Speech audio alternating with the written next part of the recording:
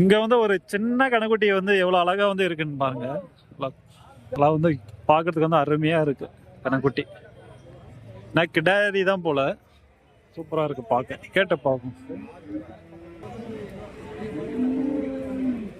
எத்தனை மாசம் ஆகுது கண்ணு? 4 மாசமா? ஸோ ஒரு 4 மாசம் கண்ணு நல்லா சூப்பரா இருக்கு பார்க்க.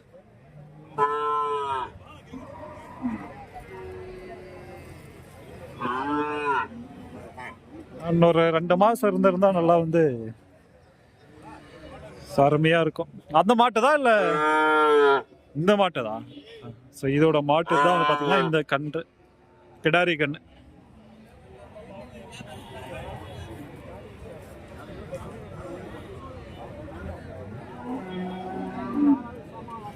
எந்த வருதுடா? எந்த வருது மாடு?